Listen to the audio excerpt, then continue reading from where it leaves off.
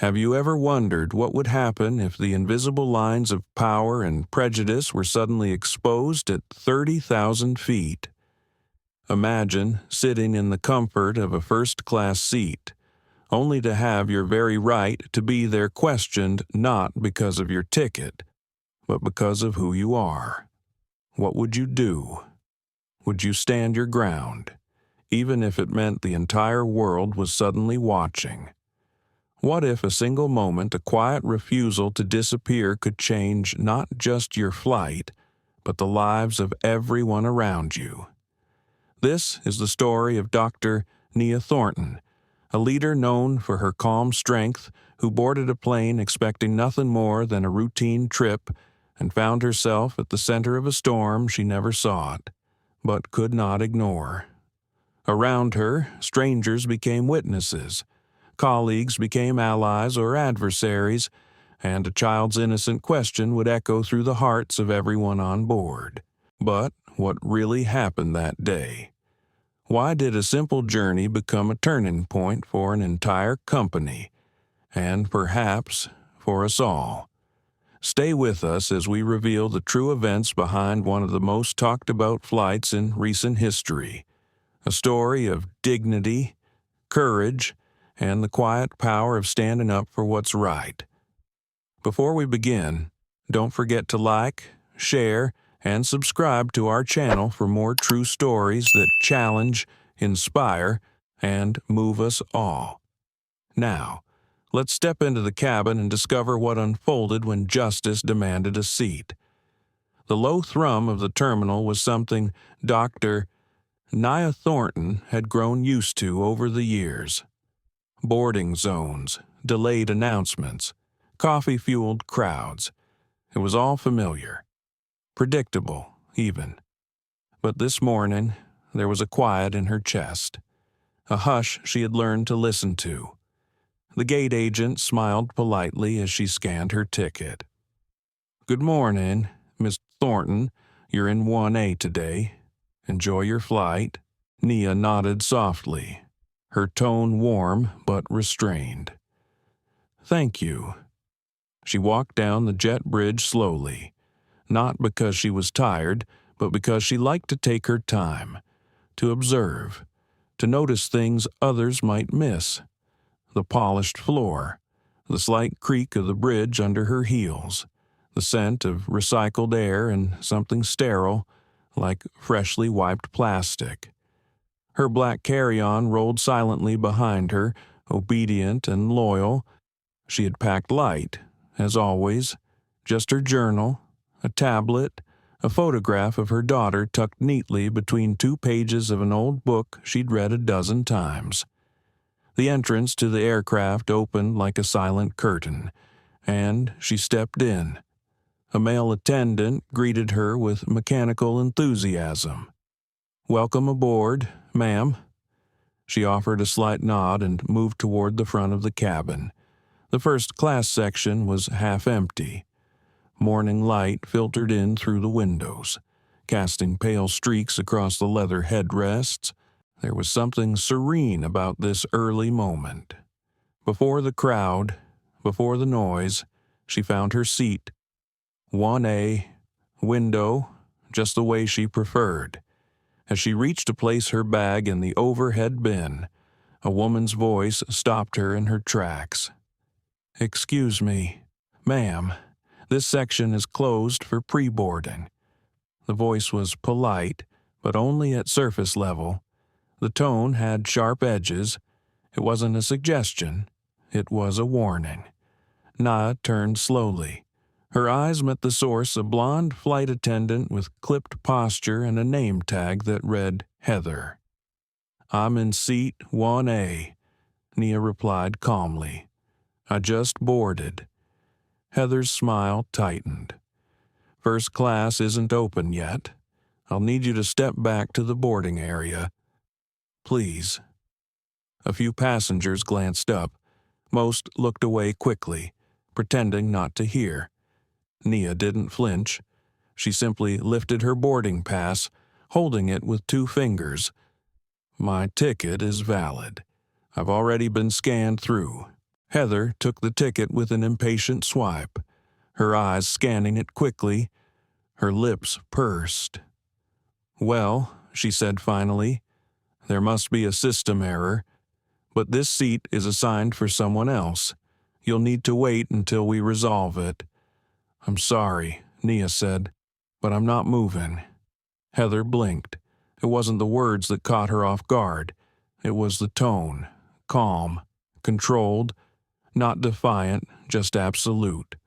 Behind them, a soft voice carried over the quiet hum. "Mommy, why is a lady not allowed to sit?" Nia turned slightly and spotted a young girl, no older than 6, seated with her mother across the aisle. The mother gave a nervous smile and hushed her daughter, but her eyes lingered on Nia for a moment longer than necessary. Heather noticed the attention too. Her jaw tightened. "I'll check with the gate agent," she said, clearly annoyed. "Please don't make this difficult." "I'm not making anything difficult," Nia said softly. "I'm just sitting in the seat I was assigned." There was no anger in her voice, no sarcasm, just presence, full and steady. Heather motioned to someone in the galley. Another crew member appeared, a younger attendant with kind eyes and a name tag that read Miles. He didn't say anything, just looked between Heather and Nia and waited. Heather leaned in toward him and whispered something. He nodded hesitantly and stepped back. Nia noticed it, the hesitation, the flicker of doubt behind his professional expression. He was young, maybe still learning which instincts to trust. The cabin remained quiet, but tension moved like static through the air. Heather took a breath, placing one hand on her hip. "Ma'am," she said with that same sharp courtesy, "we reserve the right to reassign seats if necessary. You're welcome to fly, but this seat will be given to another passenger." Nia looked at her carefully. She could feel the weight of old memories stirring. A boardroom in Dallas when she was 27. A hotel lobby in Berlin. The white-gloved waiter who refused to serve her wine because he assumed she wasn't on the executive list. The faces, the tones, the disbelief that someone like her could possibly belong in a space like this. Her voice remained low, steady. "I've paid for this seat. I'm staying." Heather's smile vanished. "You don't have to be rude," she snapped. "I'm not," Nia replied, "but I know exactly what this is." Heather raised a brow. "Excuse me."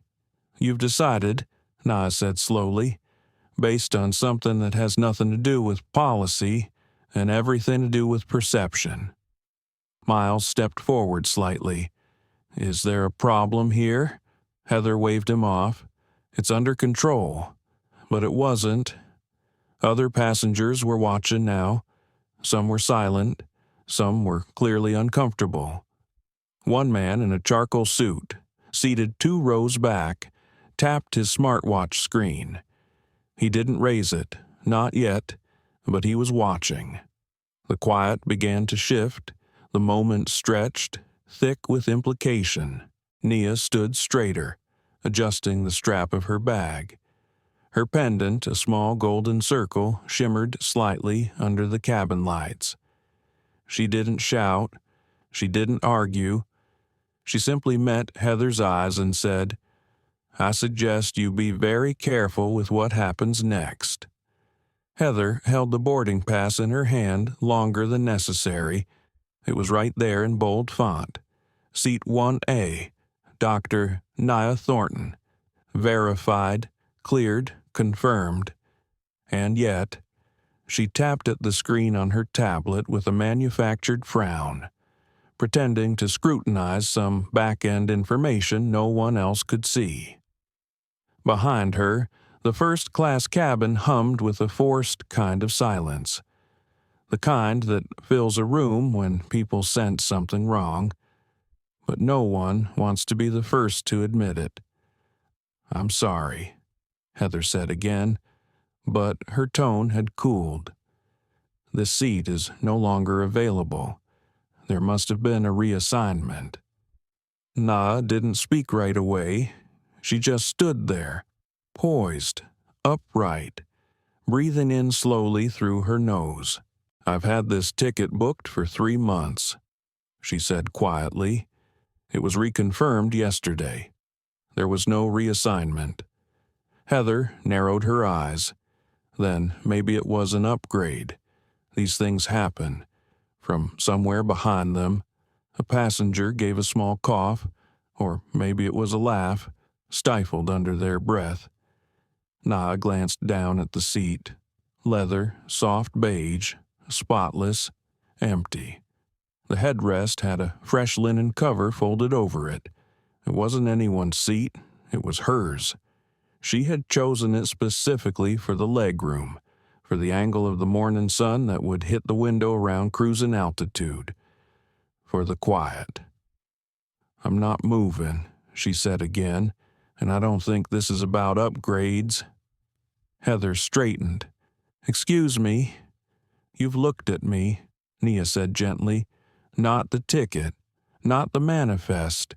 You looked at me and made a decision, and now you're trying to justify it." Heather's face flushed pink. Miles Arnett shifted uncomfortably at the edge of the galley. He had taken a small step forward, instinctively drawn to the tension. His training kicked in de-escalation, maintain calm, protect the passenger experience.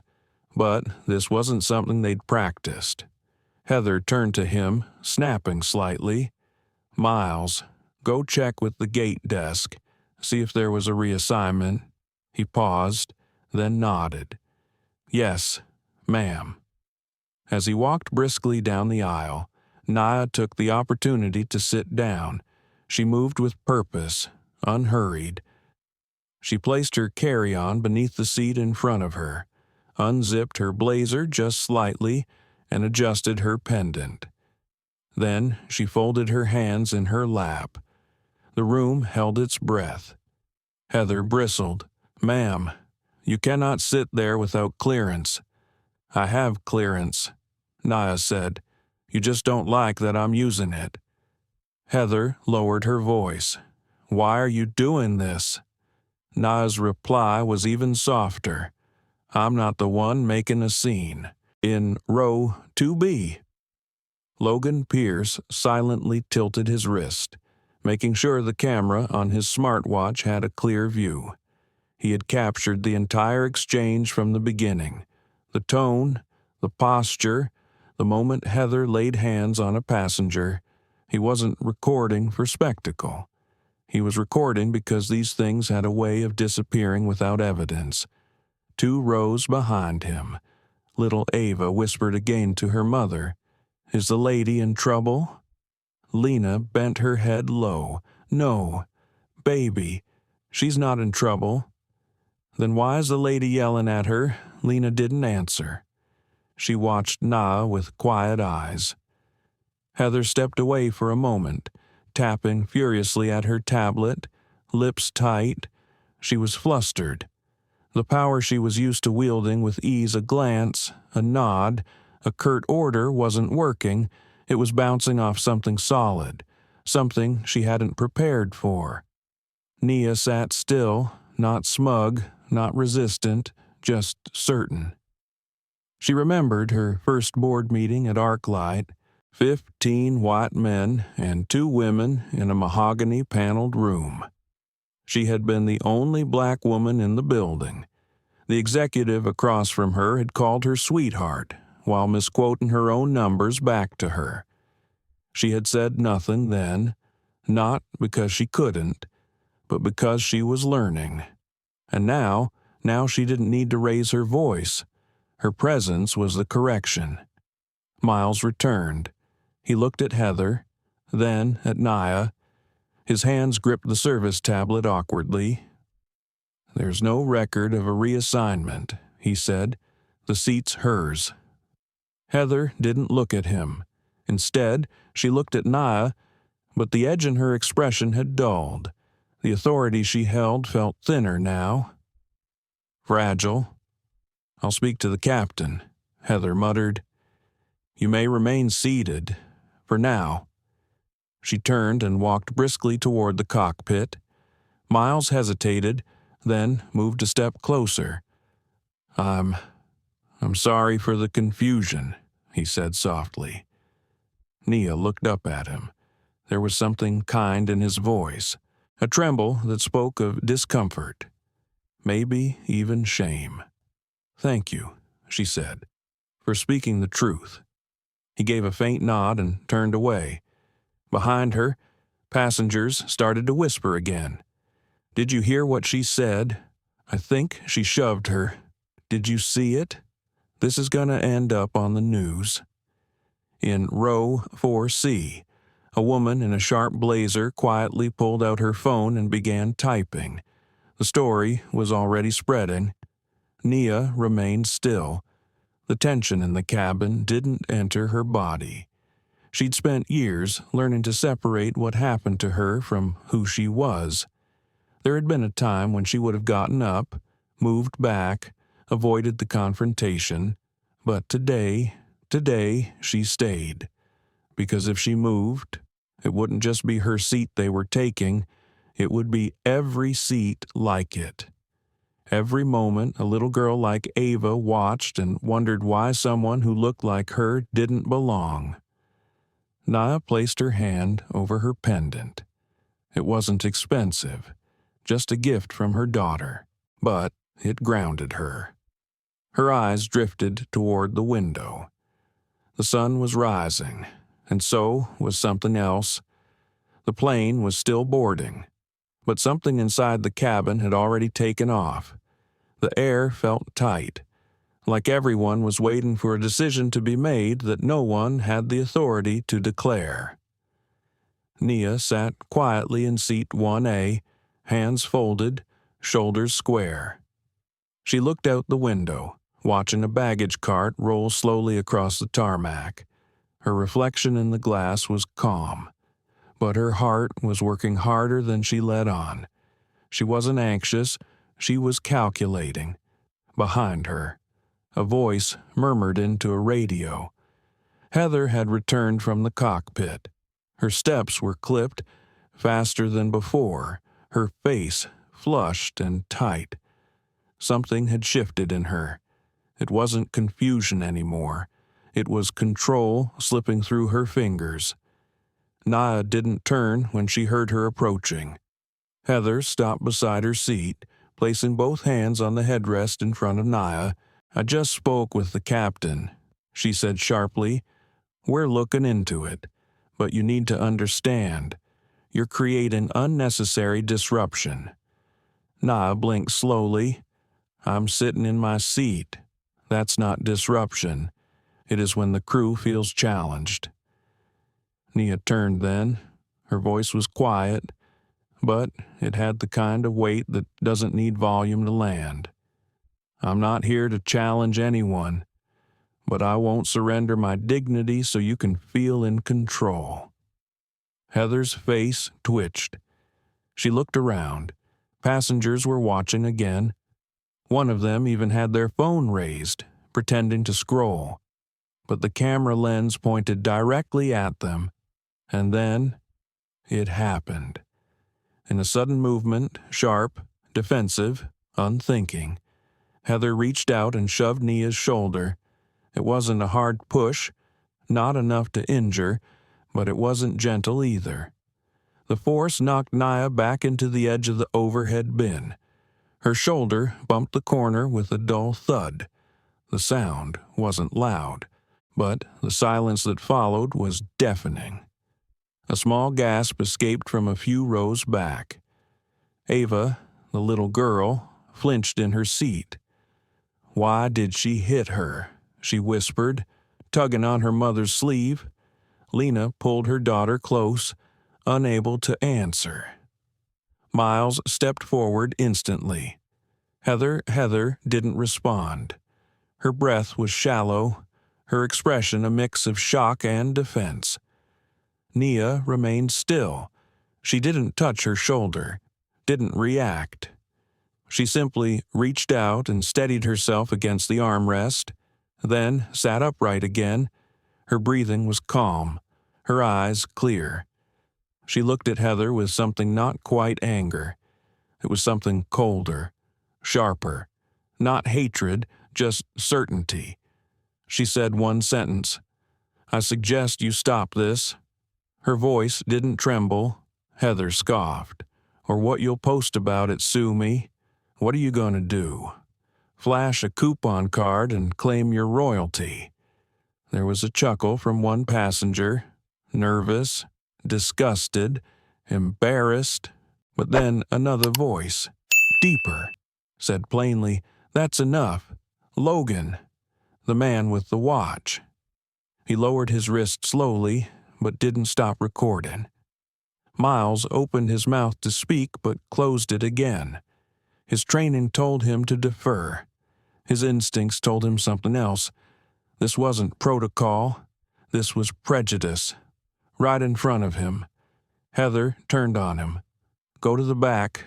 Miles, let me handle this." But Miles didn't move. Nia reached up, slowly, deliberately. She brushed a fingertip behind her ear and tapped twice on her earpiece. Her lips barely moved, but 7 words came out in a whisper only a few nearby passengers could hear. "Echo Delta Protocol, Level 1. Confirm activation." For a second, nothing happened. And then it started.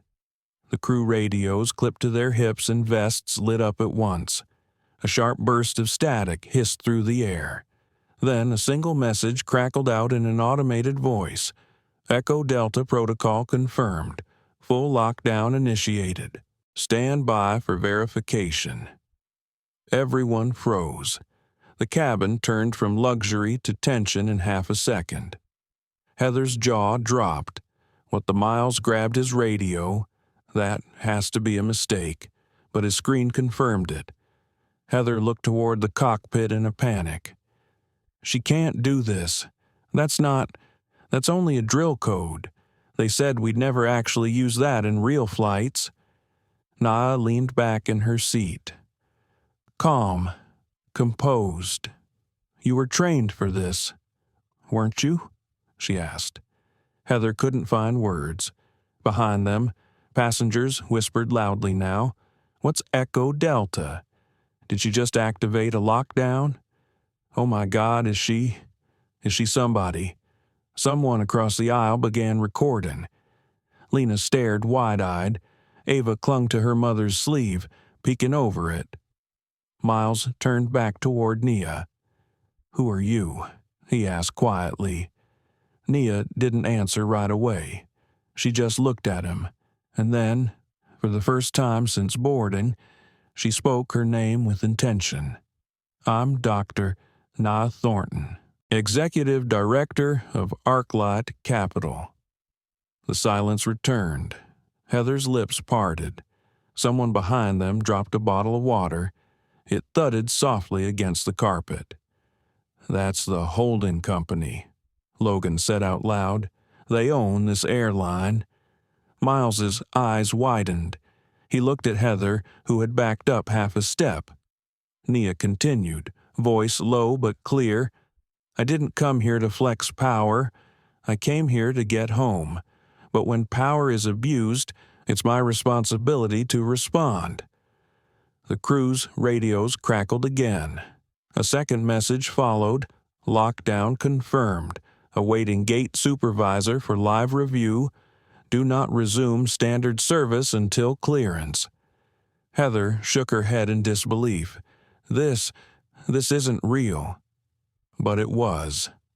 Miles finally took a step forward and spoke directly to Heather. "I think you need to stop," he said. "Now." The weight of his voice surprised even him. Heather looked at him as if betrayed. Nia didn't smile, but something in her posture softened. Not victory, just vindication. The truth had arrived. Quietly, like dawn, and it was undeniable. A hush rolled over the cabin, so sudden and complete it almost seemed like the air itself had thickened. The murmurs faded. The buzz of the air system and the clink of luggage settling became the only sounds that dared to move. All eyes turned to Dr. Nia Thornton, sitting upright and composed, hands resting in her lap. Her face was calm, her breathing steady, but her eyes revealed the calculation of a mind that had learned to read the world in layers: danger, opportunity, dignity, threat. Heather stood a few steps away, her authority draining out of her as she clutched her radio, eyes wide with disbelief. The voice from the radio repeated in its synthetic monotone. Echo Delta Protocol confirmed. Full lockdown initiated. Stand by for verification. The words echoed through every crew earpiece, each syllable carrying a strange mix of warning and command. The meaning was unmistakable. This was not a drill.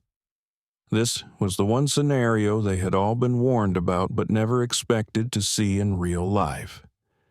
Captain Rourke's voice crackled over the intercom, tight and controlled. Flight attendants, report to your stations immediately. All services are suspended. Repeat, all services are suspended. Remain in position until further notice. Heather's hand trembled as she pressed her talk button. Captain, this is Heather in the forward cabin. There's been a situation. She glanced at Nia, voice dropping. The Echo Delta protocol was activated by a passenger. The response from the cockpit was a long pause. Then, what, by whom? This is not possible. Heather looked back at Nia. Her voice was a whisper, barely audible. Who are you? Nia turned her gaze from the window and met Heather's eyes. She did not raise her voice, but her words seemed to vibrate in the charged silence.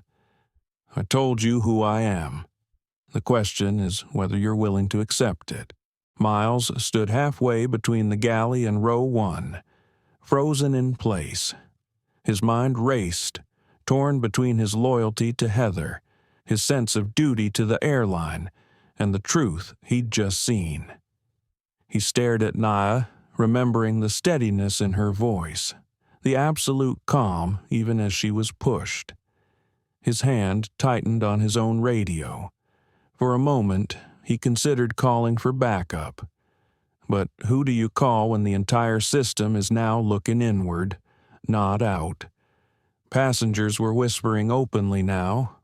Phones were out, some recording, some texting furiously. The flight had turned into a stage, and everyone felt the spotlight burning in the space between rows. Logan, sitting 2 rows back, glanced at his wrist. The smartwatch continued recording, the file growing longer, more damning by the second. He could feel his own pulse in his fingertips, could feel the story taking on a life of its own. He had filmed plenty of awkward moments on flights, but nothing like this. Ava whispered again to her mother. Mom, is the plane going to take off? Lena pulled her daughter close. I don't know. Honey, just stay close. In the cockpit. Captain Rourke muted the PA and turned to his co-pilot. You ever see anything like this before? The co-pilot shook his head. Only in training scenarios. It's supposed to be for corporate emergencies, high-value targets, board members, maybe government agents. Rourke's mind spun. He toggled his headset to the cabin channel. Dr. Thornton, if you can hear me, please identify yourself for the record. Nia's voice was low, clear, not needing amplification. Dr. Nia Thornton, Executive Director, Arclight Capital, Clearance Code, Alpha 77 Delta, Protocol initiated under the authority of Company Policy 2.41. Miles caught his breath. He had read about those policies, but they were legends, stories whispered at training, the company's real owners, the ones who made the rules, who never flew commercial, who didn't need to speak to be heard. Heather's face was a study in contradiction. She wanted to believe she was still in control, that she could salvage the situation, that the script would revert to normal. But the script was gone. The show was being rewritten as she watched. The radios continued to spit out static and short commands. Stand by. Await supervisor. Cabin lockdown in effect.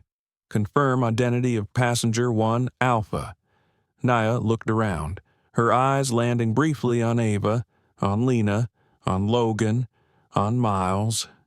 She could feel the weight of every stare, the hunger for something to break the tension, to tell them what would happen next. Heather swallowed hard, her voice almost childlike. What happens now? Nia answered without hesitation. We wait. We let the system do what it was designed to do when human error crosses a line. Miles stepped forward. I think I should call the gate. Heather didn't stop him this time. She was busy holding herself together. He moved to the nearest phone, fingers shaking slightly, and requested immediate supervisor presence at the aircraft. Meanwhile, Logan quietly uploaded the video segment to his cloud folder. Insurance, he thought. Not for himself, but for the truth. Passengers began to ask questions out loud. Why aren't we taking off what's Echo? Delta, is someone dangerous on board? Each question lingered in the air, unanswered. Na sat motionless, her hands relaxed but her mind spinning. She thought of her daughter waiting at home, of the photo tucked away in her bag. She thought of all the time she'd swallowed indignity in silence. She wondered if any of them would understand how much strength it took to be still when everything in you wanted to rise, to shout, to demand. Miles returned, voice steadier than before. Supervisor is on his way, he announced to the cabin. Please remain seated and keep the aisles clear. Heather backed up against the galley wall, shoulders pressed to the cool metal, eyes darting between Nia, Miles, and the rest of the crew. Nia watched her, not with anger, but with a kind of weary understanding. She had seen this before, in boardrooms and business dinners, in the faces of people who realized the game had changed and were suddenly desperate for the old rules to return. She folded her hands tighter, breathing in, breathing out. The plane sat on the tarmac, sunlight streaming through the windows, casting sharp lines across the cabin. In that quiet, she thought about legacy, about what it means to carry so many eyes on your back, to know that what you do will ripple out far beyond this moment. She wondered, for just a second, if she had gone too far, if standing up quietly, but unmistakably was ever the wrong move. The answer came to her as the radio sparked to life again. Gate supervisor en route, confirm lockdown, maintain protocol. She sat straighter. No, she thought. This wasn't too far. This was exactly far enough. The cabin, suspended between order and upheaval, waited, and outside. The first flash of an airport security vest appeared at the top of the jet bridge. The next chapter was about to begin. The minutes stretched thin as the aircraft remained parked on the tarmac. Outside the window, the distant shimmer of airport activity continued as if nothing unusual was happening. But inside the cabin, every breath seemed weighted, every second stretched and brittle. Miles Arnett stood near the galley, hands gripping the edge of a counter, eyes darting between Nia and Heather. He could feel his heartbeat in his throat. He had trained for emergencies, for angry passengers, for turbulence and even medical scares. But nothing in his manual had prepared him for the kind of silence that filled the cabin. Now, a silence made not of fear, but of reckoning. Heather's arms were crossed tightly over her chest, her posture rigid, but her eyes betraying unease. She watched the aisle like a guard at a locked door. The words, "full lockdown," still echoed in her head, replaying in rhythm with the steady buzz of her radio. Passengers kept glancing toward the front.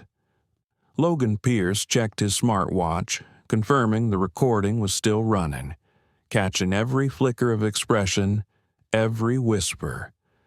Lena rubbed her daughter's shoulder, whispering something only Ava could hear. The child peeked up at Nia, her eyes wide with curiosity and maybe a touch of hope. The plane had become a pressure cooker. Then the forward door clicked open, breaking the spell. A figure appeared in the entryway, a tall man in a navy suit with silver stripes on his lapel, hair graying at the temples, eyes serious and alert. Kenton Briggs, gate manager, authority carried in his stride. He paused, taking in the tableau, Heather standing stiff, Miles half-stepping forward. Nia still seated but unmistakably centered. The other passengers waiting like a silent jury. "Good morning, everyone." His voice was quiet but firm. "I'm Kenton Briggs, gate supervisor for this flight. I understand there's been a critical protocol activation." Heather spoke first, her voice a strange mixture of formality and pleading. "Yes, sir." This passenger, she pointed toward Nia, initiated Echo Delta. I believe it was a misunderstanding, perhaps an error in the manifest. I was simply enforcing procedure." Miles winced, watching Kenton's face for any sign of agreement, but the supervisor's gaze stayed neutral, flicking between Heather and Nia. "Dr. Thornton, is it?" he asked, his tone shifting, softer somehow. Nia nodded, meeting his gaze with measured calm. "Yes, Dr. Nia Thornton, Executive Director, ArcLight Capital." The words fell into the cabin like a stone in a quiet pond. Heather's face went pale. She stepped back half a pace, her jaw clenching. A whisper fluttered through the rows. Someone recognized the name, ArcLight Capital. The woman in 2C mouthed the words as if testing them for truth. Logan's eyes widened as he tapped something into his phone. Ava gripped her mother's arm tighter, sensing that something important was happening, even if she couldn't understand the details. Kenton nodded once, his expression respectful. "Thank you for your identification, Dr. Thornton. I apologize for any inconvenience you've experienced." He turned to Heather, voice sharpening. "Ms. Lang, effective immediately. You are suspended from your cabin duties pending a full review. You will vacate the first-class section and take a seat in the aft jump seat for the remainder of this flight."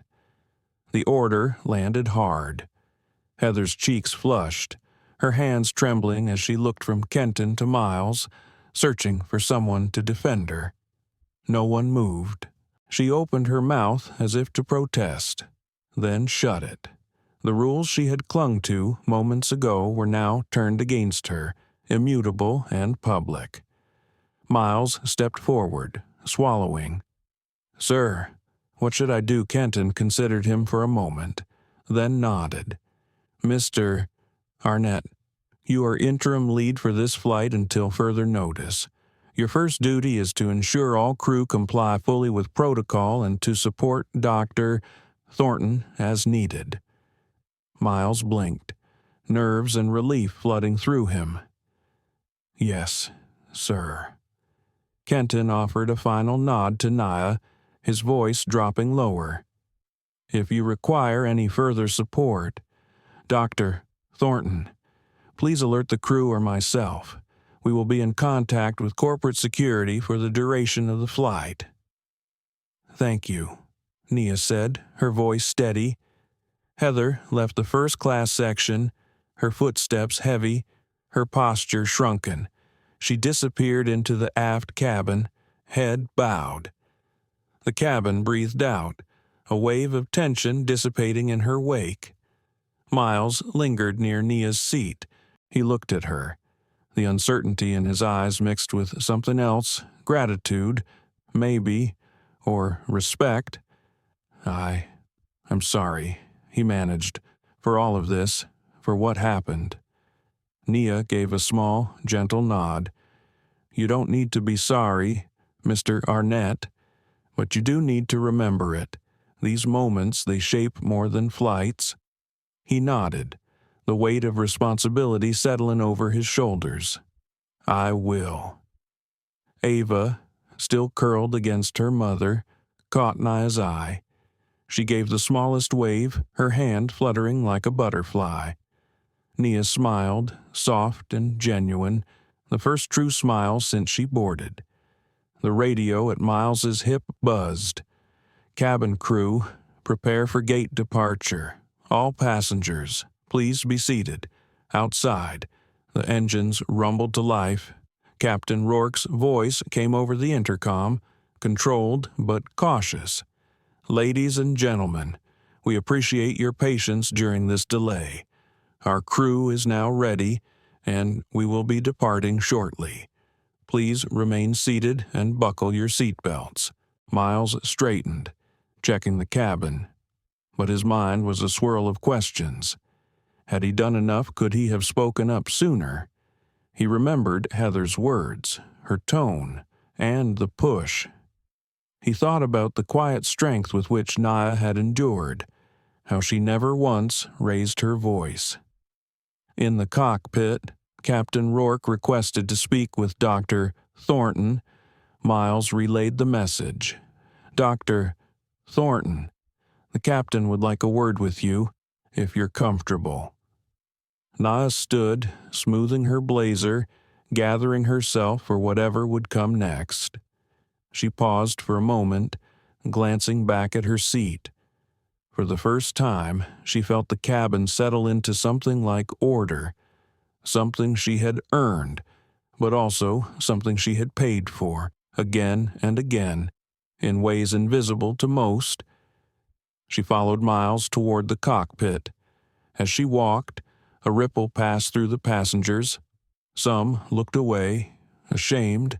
Others nodded, small gestures of support. Ava watched her go, eyes wide and hopeful. Nia touched her pendant lightly, just for a second. She felt the weight of legacy, of being seen, of being the person a child would remember long after the flight was over. She stepped into the threshold of the cockpit, ready for the next confrontation, and behind her, the cabin finally exhaled. The door to the cockpit slid open, and Dr. Nia Thornton entered a space far smaller and more intimate than the rest of the aircraft. The hum of machinery seemed louder here, the lights sharper, the air tighter with anticipation. Captain Rourke sat in the left seat, hands folded neatly in his lap, eyes meeting hers over a thin-rimmed pair of glasses. "Thank you for coming up. Dr. Thornton." His voice was cautious, but polite, as if weighing every word before speaking. "I'm sure you're aware of the gravity of the situation." Nia gave a slight nod. "I am." She stood without fidgeting, arms at her sides, projecting calm but not submission. Rourke took a breath. "My understanding is that the Echo Delta Protocol was initiated from your seat, using a code only a handful of people on Earth could have. That matches your position with Arclight. Correct?" "That's correct." Rourke's eyes softened. "Just a little. Forgive my frankness, but it's rare, almost unheard of, for someone of your rank to travel without notice or an escort. Were you at risk? Was there any kind of direct threat to your safety?" Nia hesitated. In that pause, she relived the push, the dismissive eyes, the childhood lessons in patience. No, Captain, there was no physical threat until there was. I prefer to travel quietly. No entourage, no spectacle. But I will not ignore a pattern of behavior that strips people of dignity. Not just me, but anyone who looks like me. Rourke nodded, a flicker of discomfort passing across his features. He was a man who believed in rules, in fairness, in doing the right thing. But he'd been in this business too long not to know how rarely those rules protected everyone equally. I appreciate your candor, Dr. Thornton. I want you to know that the crew is under strict orders to treat all passengers with respect. If you feel those standards were not met, it is your right to act as you did. He paused, voice lowering. It is not lost on me that this incident is bigger than just today.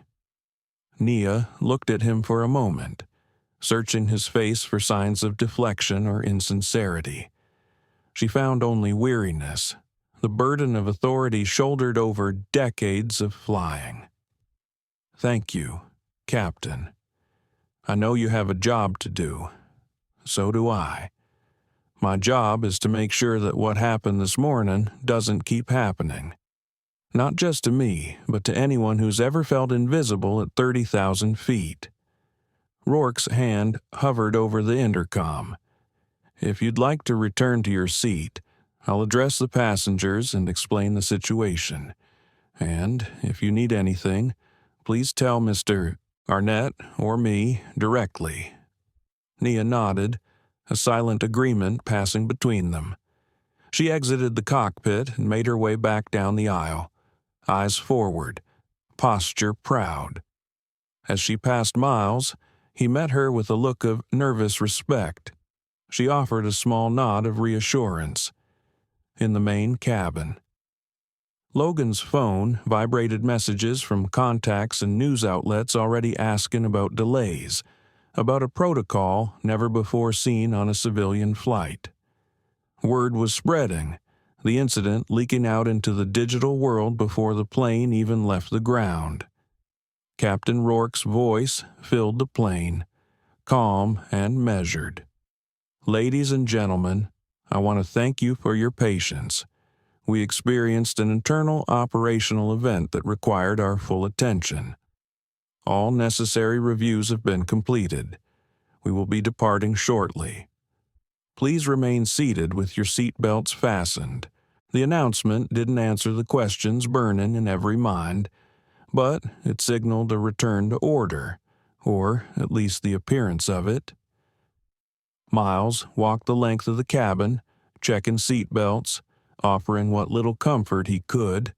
His inner world was a hurricane. He felt guilt for not having intervened sooner, fear for what might happen to his own career, and a strange gratitude to Nia for drawing a line in the sand. In a few quiet words, she had forced the company and everyone on board to see something they had been trained to ignore. He paused at row 1A. Is there anything I can get you? Doctor, Thornton, water. Maybe Nia shook her head gently. I'm fine. Thank you. Miles, but I appreciate you asking. Miles stood there for a moment longer, the words of apology on his lips but unable to form them fully. He moved on, collecting small thanks from other passengers, his confidence slowly returning. This day would mark him. It already had. At the back of the plane, Heather sat alone in the jump seat, arms wrapped around herself, head down. She tried to compose a message to her union rep, to her husband, but the words would not come. All she could see was the look on Nia's face, unmoved, unbroken, demanding nothing but the respect any human being deserved. Logan uploaded another video segment. He knew what he had was valuable not for clicks, but for truth. He wondered how many people would see it, would recognize the moment when ordinary silence gave way to accountability. Across the aisle, Lena stroked Ava's hair. The little girl looked up, her voice barely a whisper. "Will we go home now?" Lena nodded, but her mind was elsewhere, pondering the world her daughter was growing into, the lessons being written into her memory in real time. The plane pushed back from the gate at last. As the engines whined to life, the tension in the cabin settled but did not disappear. Nia rested her head against the window, watching the terminal slide away. For a moment, she allowed herself to wonder what might come next. Repercussions, headlines, quiet conversations behind closed doors. She thought of her daughter again, and the promise she had made to never let the world decide her worth. As the plane taxied to the runway, the hum of anticipation returned. The passengers had witnessed more than a delay. They had witnessed a shift, a quiet revolution, hidden in plain sight, written into the fabric of a single morning in the sky. Miles sat in the jump seat near the front, reflecting. He would carry this day with him always. He would remember the cost of silence and the value of a voice raised not in anger, but in unwavering certainty. The flight was about to begin, but the journey toward respect, toward dignity, had already taken flight. The plane rolled down the runway, picking up speed, until the gentle lurch of ascent pressed every passenger back into their seat. Nia felt the familiar rush in her chest, but she didn't close her eyes. She watched as the ground fell away, city blocks shrinking into neat patterns, the airport becoming just another patch of light.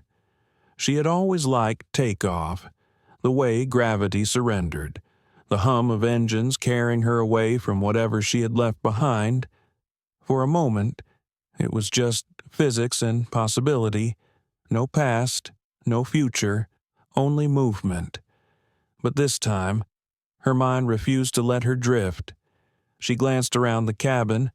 Heather was gone, banished to the rear of the plane. Miles sat in the forward jump seat, shoulders squared but fingers fidgeting against his pant leg. Logan sat 2 rows back, his phone now dark in his hand, but his eyes alert. Lena and Ava sat quietly, the child looking out the window, her mother gazing down at her own folded hands. Nia rested her head back and tried to let the engine noise settle her nerves. She thought about her daughter, about the calls and meetings that would surely follow this flight. She wondered what headlines would say. Would they call her difficult, angry? Would they see the whole story, or just the moment that got caught on video? The seatbelt sign dinged off, and the cabin softened. People shifted, retrieved books, whispered quietly. Some looked toward Nia with averted eyes, embarrassed by what they'd witnessed. Others glanced at her openly, their faces a mixture of gratitude and discomfort. Miles came forward, his steps hesitant but determined. He paused beside her seat. "Is there anything I can get you? Tea, coffee, something to eat?" Nia looked up, her eyes kind but tired. "Tea, if you have it." "Thank you." "Miles." He nodded, grateful for something to do. As he prepared the tea, he reflected on his own part in the morning's events. He had seen the push, the challenge, the moment of choice, and for too long. He had stood silent. He promised himself, quietly, that it would be different from now on. Back in the jump seat, Heather sat rigid, her uniform, once a source of pride, felt tight and unfamiliar. She replayed her actions again and again. Had she really let her frustration spill over into aggression? Had she really been so sure of her own authority that she'd ignored the obvious injustice? Her phone buzzed in her pocket. A message from her husband. Just 3 words. "Are you okay?" She stared at it, unsure how to answer. She wanted to explain, to defend herself, to insist she was only following policy, but deep down, something more honest gnawed at her, a shame that wouldn't let her breathe. In the aisle. Miles returned with a steaming mug of tea. He placed it gently on Nia's tray table, careful not to disturb her thoughts. "Thank you," she said quietly, her hands wrapped around the cup for warmth. "For speaking up, eventually." Miles flushed. "I should have done it sooner. I'm sorry." Nia studied his face, seeing the struggle there, the quiet reckoning. "It takes practice," she said. "The world teaches some of us to be loud and others to be silent, but everyone gets a moment to choose." He nodded, grateful for her forgiveness, but not ready to give it to himself just yet. Ava tugged at her mother's sleeve. "Mom, is the lady okay now?" Lena smiled, brushing a stray curl from her daughter's forehead. "I think she will be, sweetheart.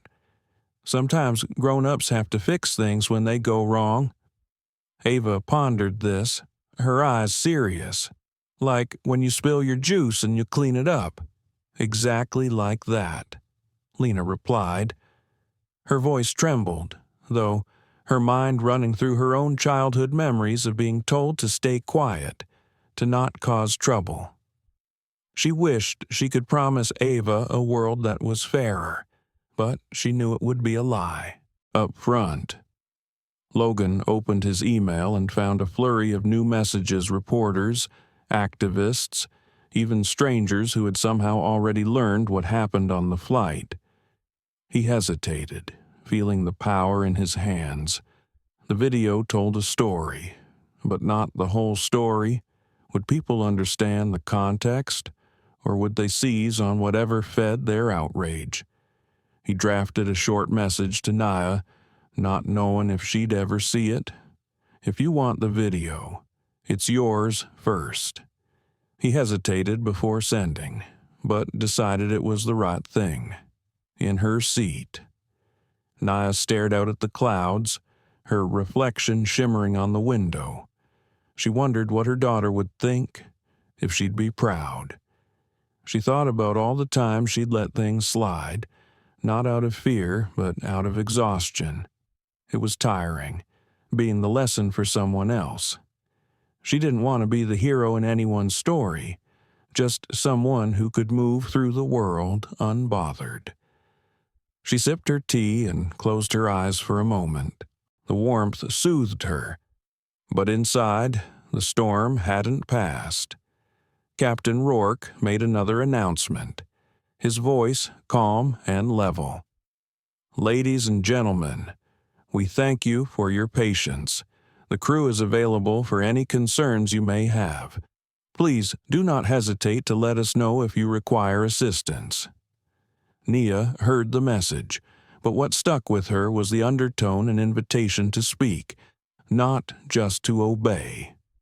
She wondered if that would hold after the flight, if the change would stick, or if it would fade with the morning light. The plane glided through smooth air. In the cabin, the ripples of what had happened settled, but beneath the surface, everyone was changed. Some in small ways, some in ways they would only realize later. Heather, wrestling with her own failures. Miles, learning what courage really meant. Logan, holding truth in his hands. Lena, promising herself she would teach Ava to speak up. And Nia, caught between fatigue and resolve, carrying both her own dignity and the invisible weight of all the eyes watching. She opened her journal, flipping past the photo of her daughter, and began to write not about the flight, not yet, but about legacy and hope and the cost of being seen. The clouds parted. The sun streamed in. Altitude was just another word for perspective, and the journey was far from over. It wasn't the clouds that caused the first jolt. The plane was cruising steady at 37,000 feet, sunlight slanting through the windows in golden stripes. But inside the cabin, the turbulence was all human. Heather remained in the rear jump seat, her uniform now wrinkled, her nerves frayed. She tried to review procedure on her tablet, but her mind spun. She had always believed she was a fair leader, firm but professional. The push had come from somewhere she didn't recognize in herself, a shadow of frustration and entitlement she'd never wanted to see in the light. A message from her union rep appeared on her screen. "Heather, I heard about the protocol. Call as soon as you land. Stay calm. We'll work through this." She wanted to reply, to build her defense, but instead she closed her eyes and let the weight of what had happened settle over her. The faces in the cabin replayed in her memory. The child's wide eyes, the moment her authority disappeared, not because someone shouted her down, but because someone refused to look away. Up front. Miles moved carefully through the cabin, checking on passengers with a gentleness he'd learned from watching his own mother, always alert, always listening. He offered water, snacks, anything that might make people feel normal again, but he could sense the mood had changed. His crewmates, used to following Heather's lead, now turned to him with questions he wasn't sure he could answer. Should we start service? What do we do if someone asks about the incident? He did his best. Just be present. Just listen. He told them. It wasn't protocol, but it felt right. Naya, meanwhile, sat quietly in her seat. Her tea had long since cooled, the cup forgotten. She reread a message from her daughter sent before the flight. Just 3 lines. "Safe travels. Mom. Bring me a snow globe if you can. Love you always." The words ached in her chest. She thought about how her daughter would learn the world not just through lessons, but through the stories others told about her mother. She wanted those stories to be ones of dignity, not defeat. Her phone buzzed a message from ArcLight Security, discreet and direct. Situation being monitored. Full support. Media inquiries escalating. Please advise if intervention required. She typed back, "No intervention. Let it play out. Truth will travel faster than any press release." A sudden tremor shook the plane. The captain's voice came over the speaker. Calm as ever.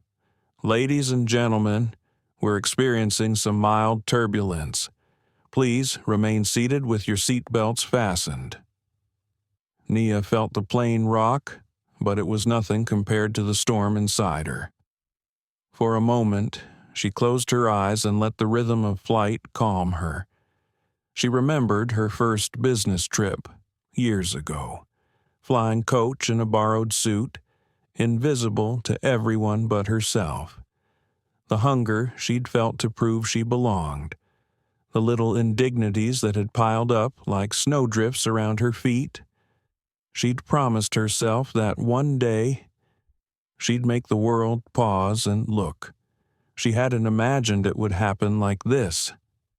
Miles returned to her row. "We're about to start meal service. Can I bring you anything?" She looked up, reading the concern in his face. "I'm all right. Thank you for asking." He nodded, lingering. "Is it always this hard?" She hesitated, searching for honesty. Sometimes it's harder, but the hardest part isn't the confrontation. It's knowing how many people just want it to end so they can forget. He nodded, understanding more than he expected. "I won't forget. Not this time. Elsewhere." Lena took a moment to write in her own journal, something she hadn't done in years. She wrote about Ava's questions, about her own silent fears, about the relief she felt watching someone stand their ground. She realized how many times she'd looked away in her own life. She made herself a promise she'd teach her daughter to see and to speak, even when it was uncomfortable. Logan checked his messages again. The story was spreading. Clips from the flight had found their way onto social media.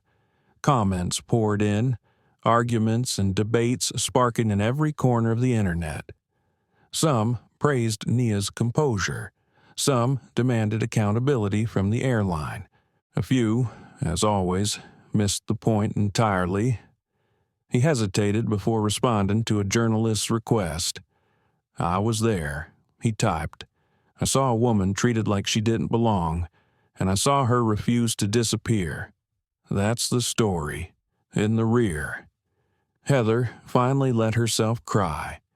Just a little. Silent tears. She wiped her cheeks and took a deep breath. She wondered if she could change, if it was too late, if anyone would ever trust her with authority again. The meal carts rolled down the aisle, the clink of cutlery, the soft murmur of conversation life returned to the flight in fits and starts. But beneath the surface, everyone was different. Small gestures carried new weight. A thank you from a passenger meant more. An apology from a crew member lingered longer. Nia watched the clouds slip by. She wrote a note on a napkin, something she wanted to remember. You cannot make people see you. You can only refuse to disappear. She tucked it into her journal. As the plane continued toward its destination, the sun began to set, painting the cabin in orange and gold.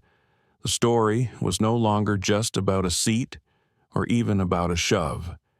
It was about who gets to belong, who gets to speak, and who learns to listen. The turbulence passed, the cabin steadied, but for everyone on board, something fundamental had shifted. Miles brought Nia another cup of tea, unasked.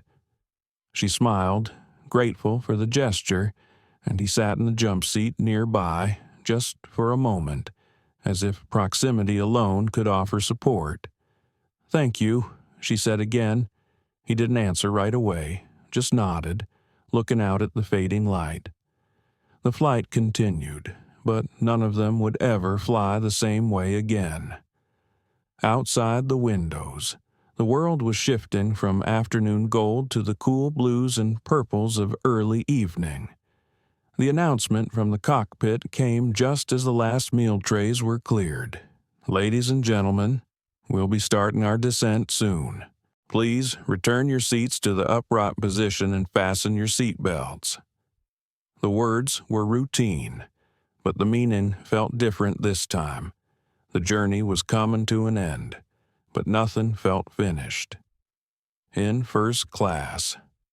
Nia Thornton looked down at her journal, the page still open to her hurried note.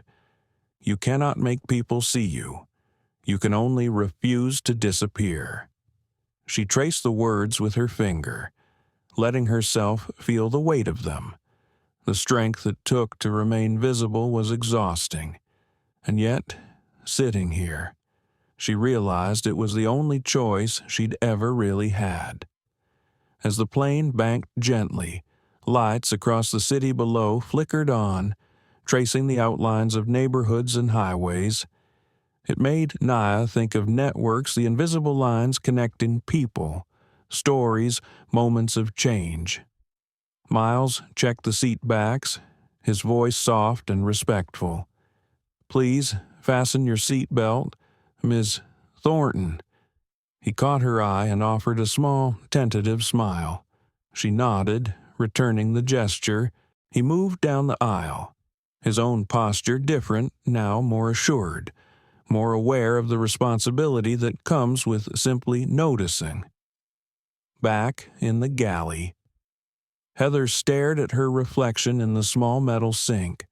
Her face was blotchy, her eyes red-rimmed.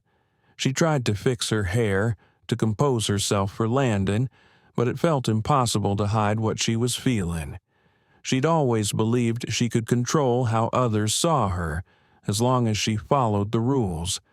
Today, she'd learned that control was an illusion. Now, facing suspension and a possible end to her career, she wondered if she would ever earn back the trust she'd lost. At row 5, Logan scrolled through messages. The story had already hit the news. A video clip, short and sharp, was everywhere. Nia's calm, Heather's shove, the crew's confusion, the buzz of protocol. He read comments, some supportive, others angry, some missing the point completely. He realized he could only control what he shared, not how others would interpret it. With a deep breath, he sent the full, unedited footage to Nia, along with a simple note, "For you, if you need it."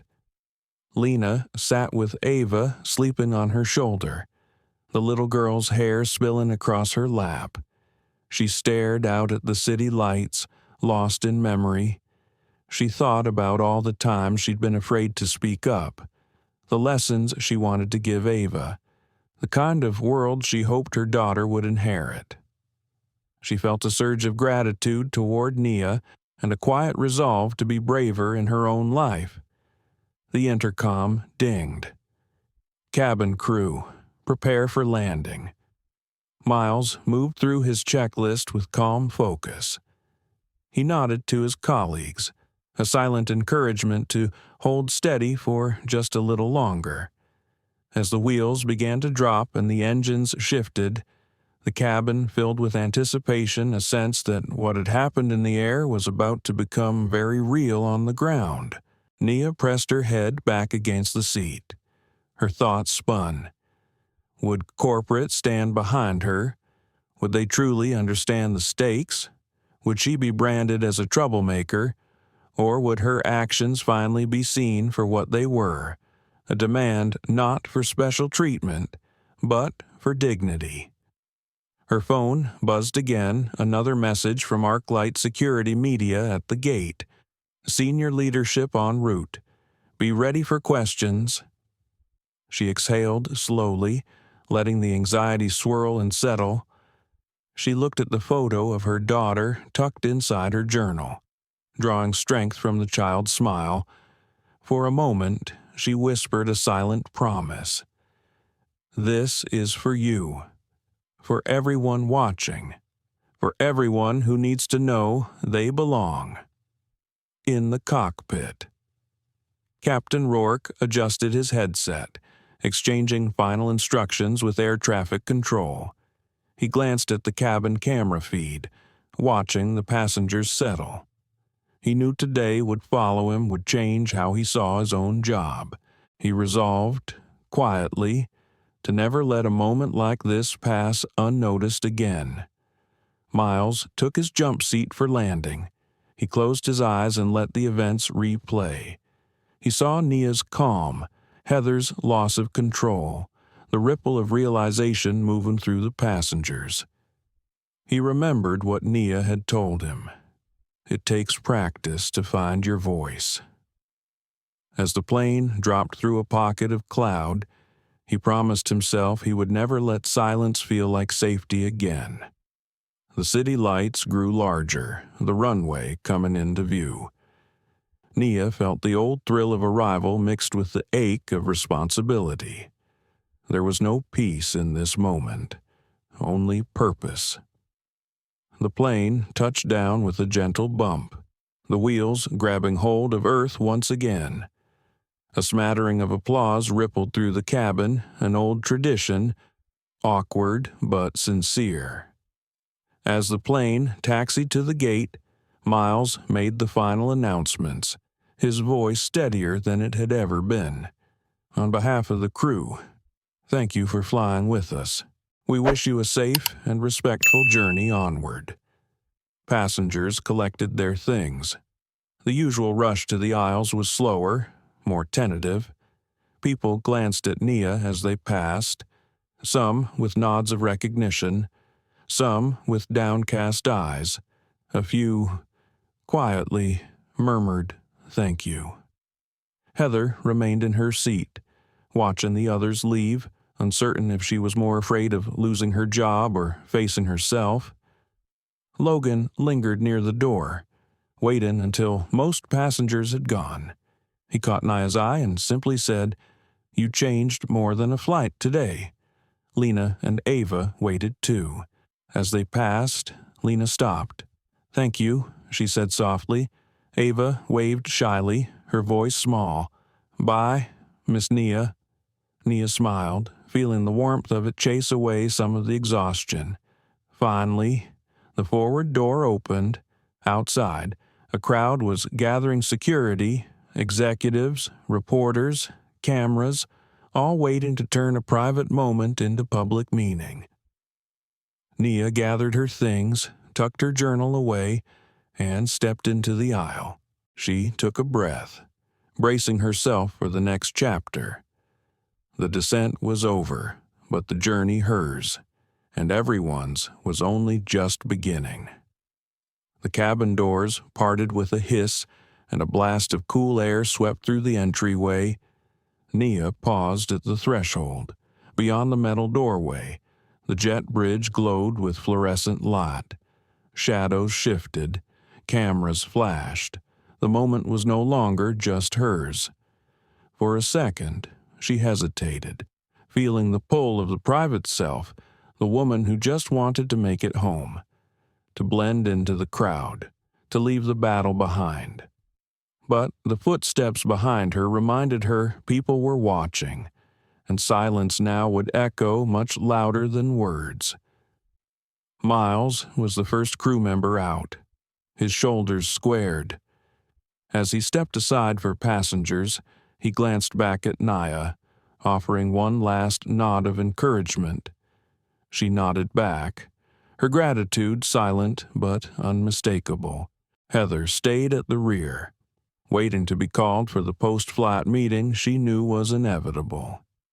She listened to the shuffle of feet, the hushed conversations, her heart racing. She wasn't sure if she dreaded the official investigation more or the fact that her actions had become a lesson for everyone who witnessed them. The jet bridge buzzed with activity. Airport staff moved with the precision of ritual. But today there was tension in the air. Two senior ArcLight executives in tailored suits waited at the end of the corridor, flanked by security and the corporate communications director.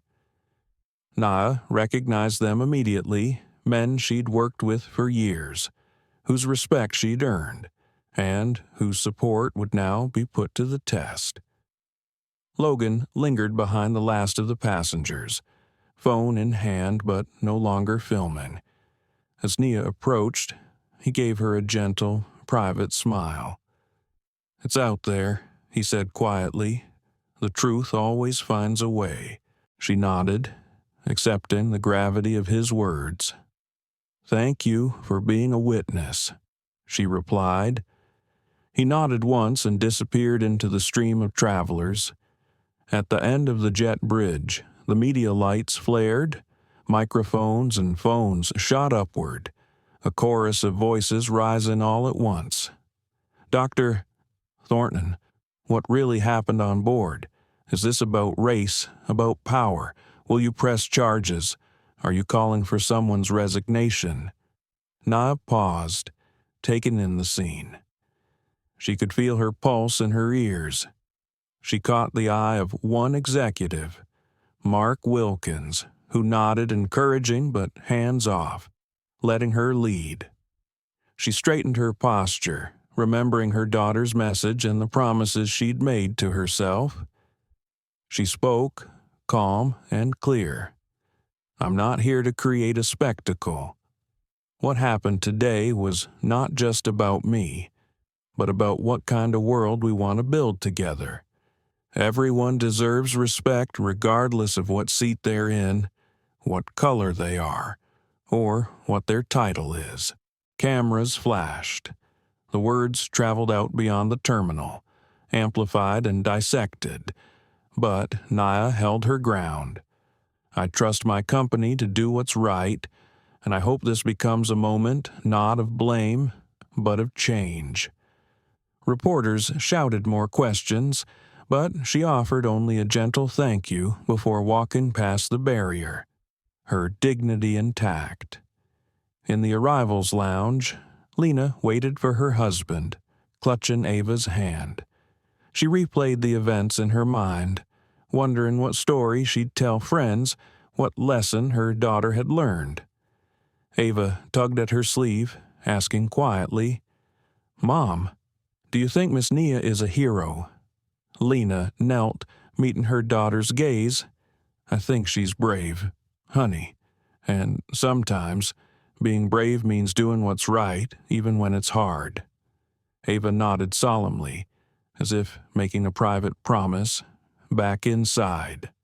Heather stood before the base manager and union rep, her hands shaking. The debrief was brisk but not unkind. She recounted her actions, her reasoning, her regret. There were questions about protocol, about bias training, about whether she understood the impact of what had happened. For the first time, Heather didn't defend herself. She answered honestly, admitting what she'd done, and expressing a hope that she could make amends. Whether that would be enough, she didn't know. Miles, after saying goodbye to the last passenger, found a quiet bench near baggage claim. He felt wrung out and raw, but there was also a new confidence burning inside him. He opened his phone and sent his mother a simple message, "I spoke up today. I hope you'd be proud." In the background, ArcLight's PR team huddled, prepping statements. The CEO's office drafted a release, one that would, for once, mention real consequences and a commitment to cultural change. Nia's phone buzzed messages from colleagues, civil rights leaders, friends, her daughter. The words of support brought a lump to her throat. She typed a reply to her daughter, first home soon. "We'll talk. Love you more than words." She was tired, but not broken. As she waited for her car, she saw a newsfeed headline scroll across a nearby TV CEO's Quiet Stand Forces airline reckoning. Can change take flight. Passengers moved past her, some with nods of gratitude, others with uncertain smiles. The world outside the plane was already changing. But Naya knew the real test was just beginning, the part that required more than a single act of courage. Heather left the airport through a side door, uncertain what awaited her. But for the first time, she wanted to learn, to listen. Miles watched the crowd and realized that sometimes the quietest choices, speaking up, helping someone stand, echo the longest. Nia stepped into the evening air, drawing a deep breath. The city skyline glimmered with possibility and responsibility. She smiled, feeling the promise of her own words echoing back. The flight was over. The journey was not. The headlines kept coming. Nia saw her name again and again in editorials, on social media, in statements from advocacy groups and corporate press releases. Each article tried to capture the moment a CEO denied her seat, forced to invoke a code meant only for crisis, and in doing so, exposed an ugly fault line that ran through the heart of an industry built on order. At home, Naya moved through the days with a heaviness that surprised her. The events on the plane replayed in her mind, sometimes in sharp flashes, sometimes as a blur. She answered calls from board members, attorneys, activists, and old friends. She gave measured interviews, never letting her anger eclipse her conviction. In the quiet moments, washing dishes, folding her daughter's laundry, Taking long walks at dusk, she wrestled with feelings harder to share. Did I do enough? Did I do too much? Would my daughter be proud? Or would she worry I'd made myself a target? She turned those questions over, again and again. Her daughter noticed the difference, hugging her tighter each night before bed. "You're my hero. Mom," she whispered one evening. The words were meant as comfort, but for Nia, they landed with both sweetness and a silent question.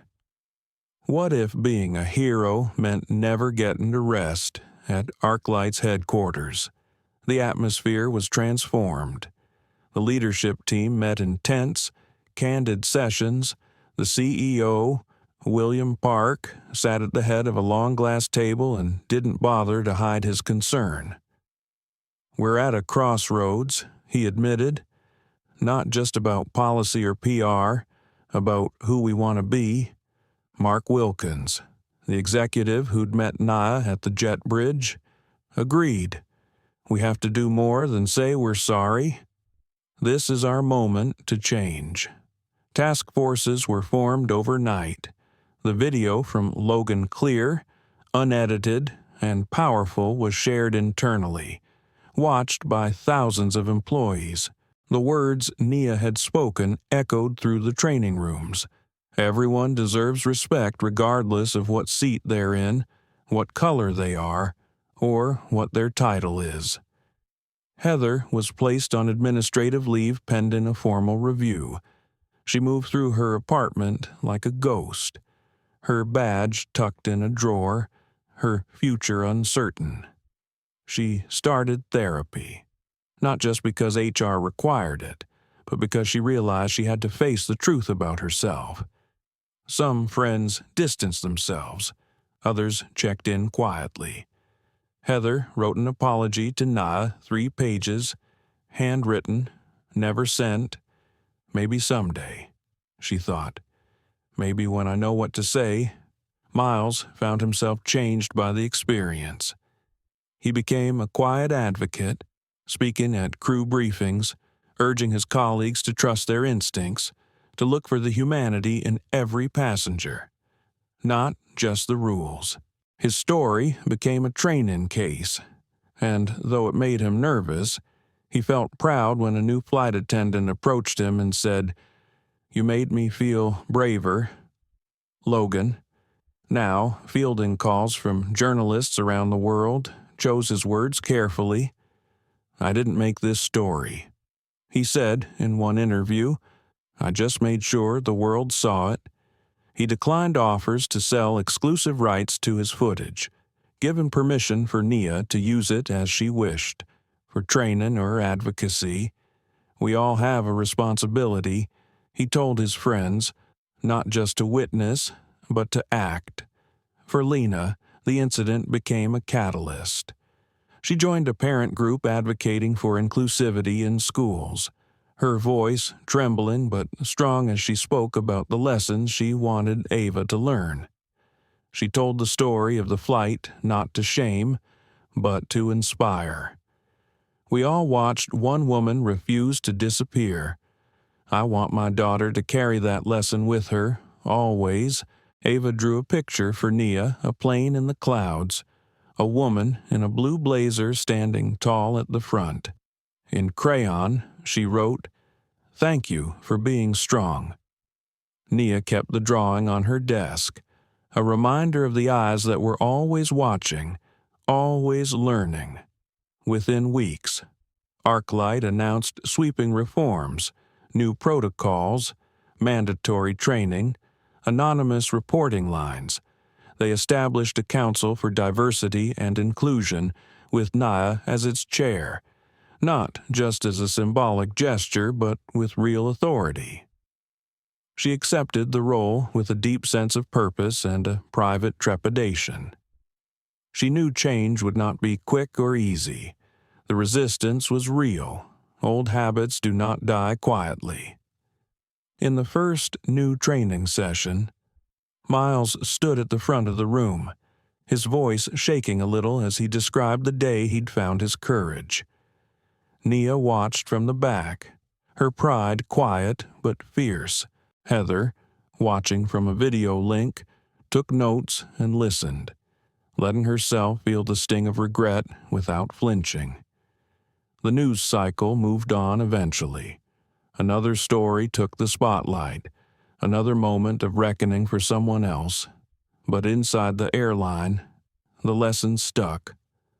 Passengers noticed the change small, but real. Crew members made eye contact, smiled more, listened longer. No one wanted to be the next headline, but for some, it was more than fear. It was the beginning of a new kind of pride. At home, Nia celebrated her daughter's birthday surrounded by friends and family. Laughter and music filled the house. When she blew out the candles, her wish was simple: to be seen, not as a symbol, but as herself. That night, as she sat alone on the porch, she wrote in her journal, "Change is not an event. It's a process, messy, uncertain, unfinished, but it starts with a single refusal to disappear." The world outside was quiet, but inside, Nia felt something shift. A seed of hope, fragile and persistent. The aftermath was still unfolding, but the journey hers, and the world's moved forward, step by step, voice by voice, story by story. Months passed. The world, restless and distracted, spun on, but for everyone touched by the events on Flight 2176, the story's resonance endured. The headlines faded, but the impact never truly left. At ArcLight headquarters, the Council on Diversity and Inclusion met every month in a glass-walled conference room overlooking the city. Nia Thornton led the sessions not as an icon, but as a working chair, sleeves rolled up, voice steady, always listening first. There were victories, small and large. Anonymous complaints had dropped by half. For the first time, a black woman joined the senior operations team. Cabin crew who once looked down or away now spoke up, encouraged by mandatory training and the power of Nia's example. Policies changed, yes, but so did hearts. Nia felt it too. She could breathe a little deeper.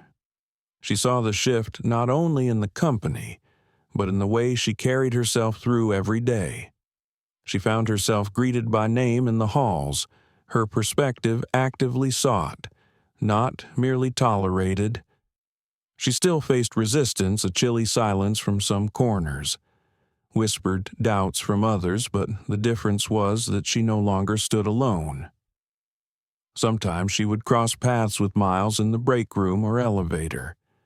He always gave her a respectful nod, a silent acknowledgement of shared battle.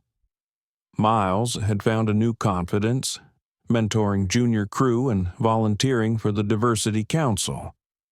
The experience of that flight had transformed him from a bystander into a leader, quiet, but unafraid to speak. Heather, after her suspension, completed intensive counseling and anti-bias training. The company gave her a path back, but this time, not as a supervisor. She started over, working under the scrutiny of those she once led. It wasn't easy. She felt shame, anger, grief, but also a stubborn determination to be better. She apologized to her colleagues, to the crew, and finally to Nia, who received the apology with grace and compassion. "I can't change what happened," Heather admitted, "but I can change what I do next." Nia nodded. That's all any of us can do. Logan continued his work in journalism, choosing assignments that exposed inequality and injustice. The experience on the flight made him more conscious of his own power as a storyteller. He followed Nia's journey, covering the changes at ArcLight, always reminding readers that progress was fragile and demanded vigilance. Lena became a trusted voice in her community. She organized workshops for parents, teaching them to speak up, to model courage for their children. She sometimes invited Nia to share her story, and together they built a network of advocates, their voices amplifying one another. Ava, now a little older, told her friends that she wanted to be a pilot, just like Miss Nia. The child's drawing remained on Nia's desk, a reminder that the truest legacy is the one that lives in the hopes of those who watch and learn. At the National Airline Industry Summit, Nia stood before hundreds of executives, regulators, and staff. She didn't talk about herself.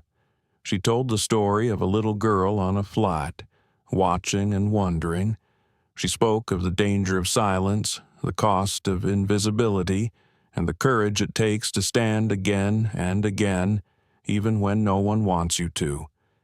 Change is never comfortable, she concluded, but the comfort of a few can no longer come at the expense of the dignity of many. I ask you to look at your own policies. Yes, but more importantly, look at your people. Ask them what they need, listen, and, when the moment comes, have the courage to act. The room stood in applause, but for Nia, the most meaningful praise came quietly. A young woman approached her afterward, voice trembling. "Thank you. I almost quit last year. Now, I think I'll stay and fight for the next girl who needs a seat at the table." Nia hugged her gently. "You're the future. Don't let anyone make you invisible." At home, Nia's daughter placed the old journal on the bookshelf next to a growing stack of awards and letters. She traced the words on the cover notes, plans, reflections, realizing her mother's legacy was not in any headline, but in the way she chose to live each day. That night, mother and daughter sat together, looking out at the city lights. Nia told her the whole story, not just the parts the world had seen. She described her doubts, her moments of fear, the loneliness of leadership. She told her how courage is not the absence of fear, but the decision to act despite it. Her daughter listened, wide-eyed, then wrapped her arms around her. "I'm proud of you, Mom. I want to be like you when I grow up." Nia smiled, tears bright in her eyes. "Don't be like me," she whispered. "Be yourself, be braver, make your own way, in time." The mural at ArcLight's training center, a vivid painting of a plane. A woman standing at the front, a child watching, became a symbol of the company's renewal. New trainees paused before it, reflecting on the lessons woven into the company's culture. Miles often spoke at those sessions, reminding each group, it's not just about flying safely, it's about flying with respect. For everyone. The years moved on, new challenges came, new stories took the spotlight, but the legacy of Flight 2176, the stand taken by Nia, the courage found by a crew, the lesson learned by a child remained a touchstone for all who remembered. And for Nia, now older and grayer, but just as determined, the journey was never truly finished. She walked through the halls of ArcLight, always alert for those who felt unseen, always ready to speak up when silence felt easier.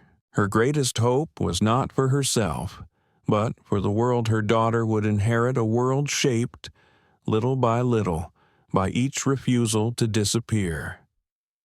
As the sun set over the city, Nia stepped onto her balcony, the air cool and bracing. She looked up at the wide sky, the familiar flight path blinking with distant lights, and whispered a final promise: I will keep standing, for as long as I am able, for everyone still waiting to be seen, and somewhere far above. Another flight began a new story, a new chance, a new voice rising quietly into the clouds.